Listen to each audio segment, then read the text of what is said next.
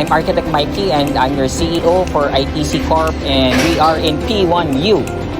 Today we're gonna talk about the elevator shafts.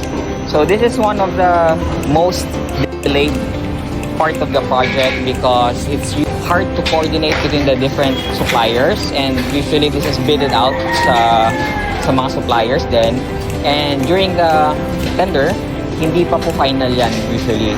It's usually left open until you have the final elevator.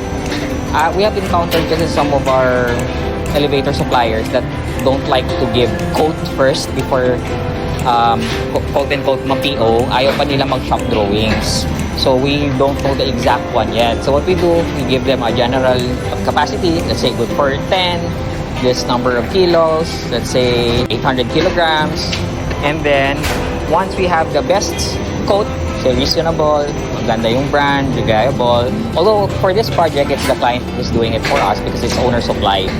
And it's actually by owner, so they will purchase the elevator and install it for us.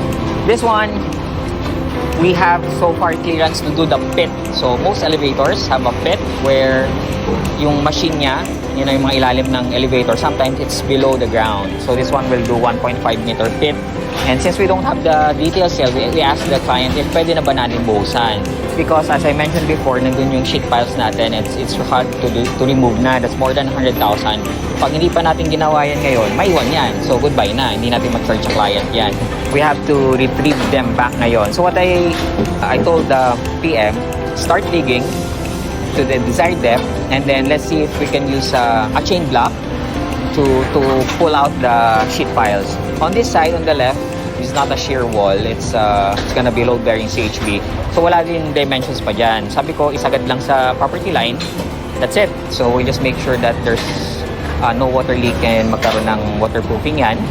And this elevator shaft, which is also the shear wall of the building, will go up dire-diretso sa taas, and we'll just do the other details after the pit. No? So while waiting, hindi pwedeng, we call it anong tawag doon? Tiwangwang? Tama ba? Tiwangwang? Lang yan dyan. Because we really have to dig the pit and buhusan because this is the property line. Pag lumakas yung mga ulan, lalo na pag sunod-sunod, this soil can topple over or mag-collapse sa papaloob. So, yan. Sabi ko, unahin nyo yan. Yeah, that you're doing it now. Alright, that's it. So, most elevator shafts are actually the shear wall, which strengthens the building, makes it rigid then. So, it's a 2-in-1 design.